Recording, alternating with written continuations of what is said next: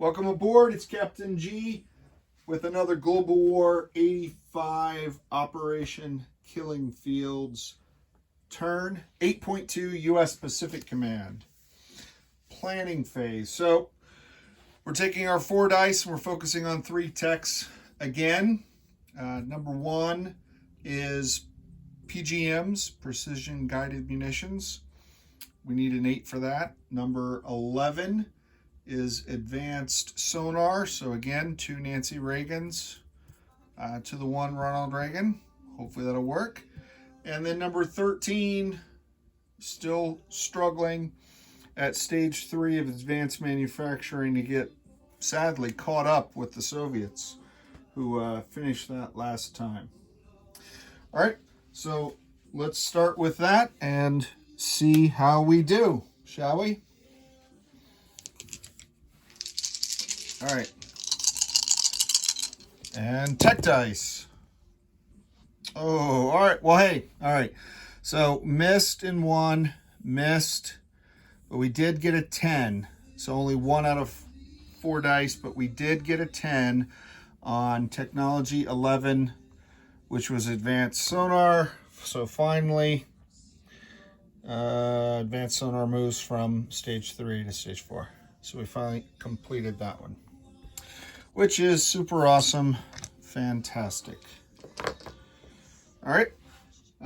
Next up is production. So let's slide to the right and bring down our production chart. So we walked in with this turn at 23 IPP cash on hand. We're spending 11 on a naval attack bomber, 5 to finish the second stage of our battleship, and 6 for a nuclear attack submarine, an SSN. That's 11, and 6 and 5 is 11, 22. That leaves us 1 remaining. Our missile production, 3 Tomahawk cruise missiles, 3 regular cruise missiles, and 2 ASMs, anti-ship missiles. Okay, so that's our production. Now let's move on to combat. We have 2 combats in the south, and we have 1 in the north. Combat number 1, there we go, sideways, is here on the island of, the strategic island of Timor. We're sending an airborne from Queensland, 1, 2, and they will liberate that island as a walk-in, unopposed, and get welcomed by the Indonesians for liberating territory. So that's done. Combat number 2 down here in the south. From this data point, we're taking a B-52 strategic bomber from its hangar at U.S. Forces Japan in Tokyo, going 1, 2, 3, 4, 5, and we'll launch those cruise missiles with a U.S. targeting satellite, and they're going to go 1, 2 onto the island here of Jakarta. You can see that 1, 2, and that island borders P-53, so there we go. And the Soviets will have, they bought a SAM last time, so they'll get 2 shots to try to shoot them down, and hopefully we'll be able to kill some ground units there. And then combat number 3 is we're going back up here after that air cav. The Air Force failed last time, so when you need victory, what do?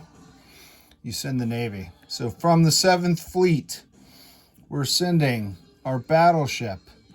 Its first combat action since probably Vietnam, maybe. 1, 2, 3 to this Navy navigation point. And we are going to fire 2 Tomahawk cruise missiles. And we are sending an accompanying Ticonderoga class cruiser. 1, 2, 3, and he'll fire 1 regular cruise missile. So they'll go 1 to northern Kamchatka, 2 in the Magadan. The only target is that air cav. You cannot attack helicopters or any other type of aircraft with cruise missiles. Only the air cav, because they're glorified air mobile infantry. Hence the upgrade from a light infantry concept. All right, so those are all three of the combat moves. We've already resolved one of them, the walk-in. So let's do Combat 2, which has 2 Soviet ASMs at 4, AMDs, apologies, 2 AMDs at 4, trying to shoot down the incoming B-52 cruise missile strike in Jakarta. Oof, 11 and a 5. That was close. So those are both misses. They'll calibrate their radar later. These are our 2 cruise missiles dice. Black dice are 5s.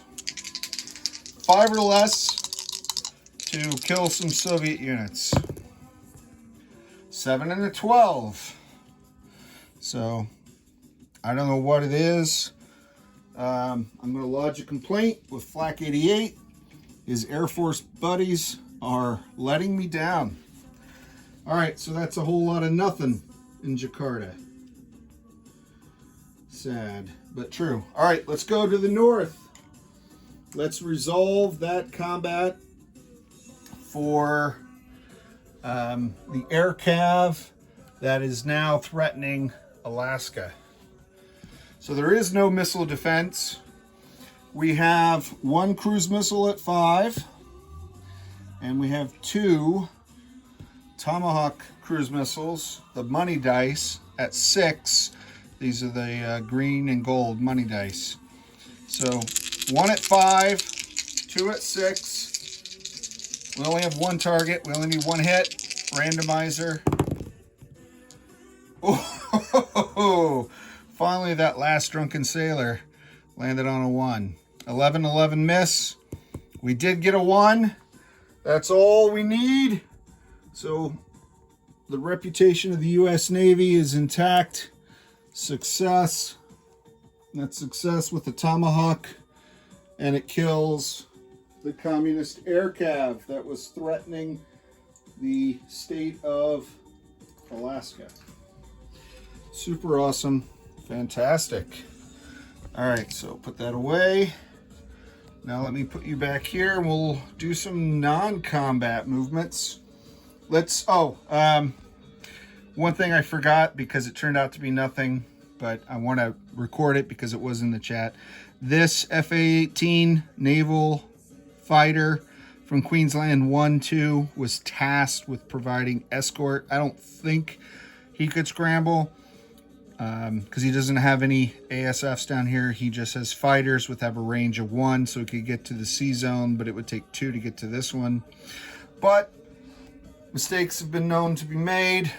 I'm responsible for updating my own map, so I always try to cover any possibility. So I had tasked him with that, and I realized I forgot to do him in the video because he's on the list for landing. 1, 2, he's going to go right back here. All right. And then the B-52 is going to go back to U.S. Forces Japan. So that takes care of those aircraft. Sea lift. We have, last turn, we purchased a SAM battery down here in the southwest. It's going to come out of that port and go 1, 2, 3. He's going to land up in Alaska. Now, the Navy have neutralized the immediate threat, the clear and present danger, but the commies, they could come back. So now at least we have some air defense up there. Also, sea lift. Let's go down here. Out of U.S. Forces Japan. Moving 1, 2, 3. We're going to send a mechanized infantry via sea lift to Taiwan to reaffirm our commitment to the defense of Taiwan. We had an airborne in there. He left to do liberation ops in Timor, so now we wanted to put him back. So those are our only 2 sea lifts. We have 3, we only use 2. Let's go back to the US. Let's move these guys. So we're at a major air base here in the West Coast. So the US Marine Corps unit that we activated last turn, they're going to airlift to US Forces Japan and land at that minor air base in Tokyo. Okay. And the airborne is going to jump into another aircraft, and he is going to go to Queensland. Queensland is the answer down here, and he'll replace the airborne that went to Timor. So it's like it rhymes. It's perfectly balanced. That's my only 2 airlifts. Rebasing. I also have 2 rebasing operations. So the first is back to US Forces Japan. Want to get him in Queensland. The P3 that we just flew over from Hawaii, the sub threat up here seems to have diminished, but the sub threat in the south is gone. So we're going to rebase the P3 in Queensland. So P3 from Tokyo to Queensland, and I'll deal with the magnet later. And since we eliminated the threat in the short term, we're going to move this F-15 Eagle air superiority fighter and rebase him in Queensland as well. All right, so that's good. Let's go up here to the fleet. Let's move our fleet. So we have, pick it this way, if you will. No, I'm moving you around quickly. All right, so the first is from P11. We're going to send 1 nuclear attack boat, 1 to P18, 2 to P29, and 3 to P28, I believe. And we're going to have an SSN hide in amongst all those Taiwanese naval vessels, again for the defense of Taiwan and for the disruption of more military sea lift coming down out of Vladivostok on its way to Japan via military aid. All right, so that's the first one. The second one is we're going to move the we're going to break the fleet up. So the 7th fleet is going to move up 1, 2, 3 to P5. But the Constellation and her carrier air group, so that is 62 is the Connie, they're going to form the 2nd fleet. And I know, believe me, I know, don't even start. The 2nd fleet is an Atlantic fleet, but I have the marker, so I'm going to use it. I'm going to move the Constellation over. She's going with an ASW asset, bringing with her embedded Coyote and ASW helicopter. She's also going to bring over, well, actually, yeah, that's it. That's all she's bringing. The destroyer and the sub are both joining 1, 2, 3, the 7th fleet. So they're going to join the 7th fleet card. But the S3 Viking is going to leave and fly to US Forces Japan. So he'll do the ASW ops in place of the P3. Okay. I'll do a status of forces for my compatriots because there's a lot of switching back and forth, but that's it. So just the Constellation and her embedded ASW assets went over here, and the 7th fleet moved up to P5 minus a S3 Viking. All right, the 2 frigates that were in port are going to come out of port and take up station with the Constellation. Okay, that's probably Hawaii. Got knocked. so that is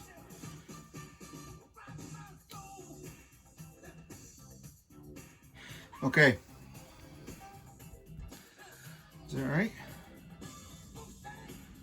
Super carrier. So from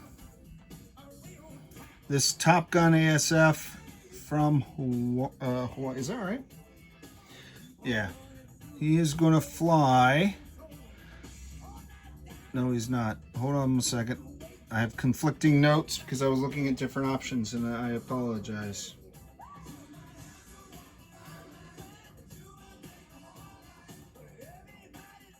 I think I'm going to leave it like that. Yep, I'm going to leave it like that. Okay. So that's the carrier, the Viking, the Taiwan sub. All right, I am going to land all these ASW helicopters back at the Naval Air Station. So they're going to come off patrol. Again, the immediate sub threat has been eliminated. So 2 of them are landing back on Tokyo, and 1 is going back to its base in Sapporo. Okay.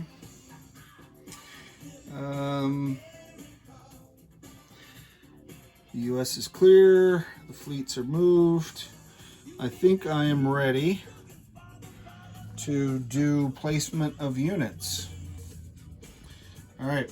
So the battleship is being produced here with the 2nd Fleet in the Constellation, as is the new nuclear attack sub. So that's the 2nd Fleet in P25. And the naval attack bomber is being produced on the aircraft carrier, the America, up in P5. Okay, you can produce naval aircraft on supercarriers. That's where they become active. So that's where they are. Okay. So that's the production of the units. I only had 3 units. I saved $1. I'm adding my missiles. Now I fired 2 Tomahawks, and I'm adding 3. So that's a net increase of 1 to the giant stack. So I'll add 1 there. I didn't fire any ASMs, so I'll add 2 to that stack. And I fired 3 cruise missiles, right? 2 from the B-52 and 1 from the cruiser. I produced 3, so I add nothing to my stack. And those are the missiles. All right. So let's do collect income. So as usual, we are at 25 minus 6. That's for oil, and that's for the trade lost at Singapore. So that leaves 19 IPP cash on hand. And we saved 1. So that's 20. And now we need to roll for US Global. We're going to use our Nancy Reagan dice since she hit tonight. All right. 1, 2, or 3 is 1. 4 to 9 is 4. 10 plus is 6. So we're looking for a high number. 5. So 5 is 4 IPP. So we have 20. We now have 24. So 24 IPP cash on hand at the end of turn 8.2. Next up is Ozark Outpost with his fancy new jets and his improved aviation capability, and the People's Republic of China. This is Captain G, over and out.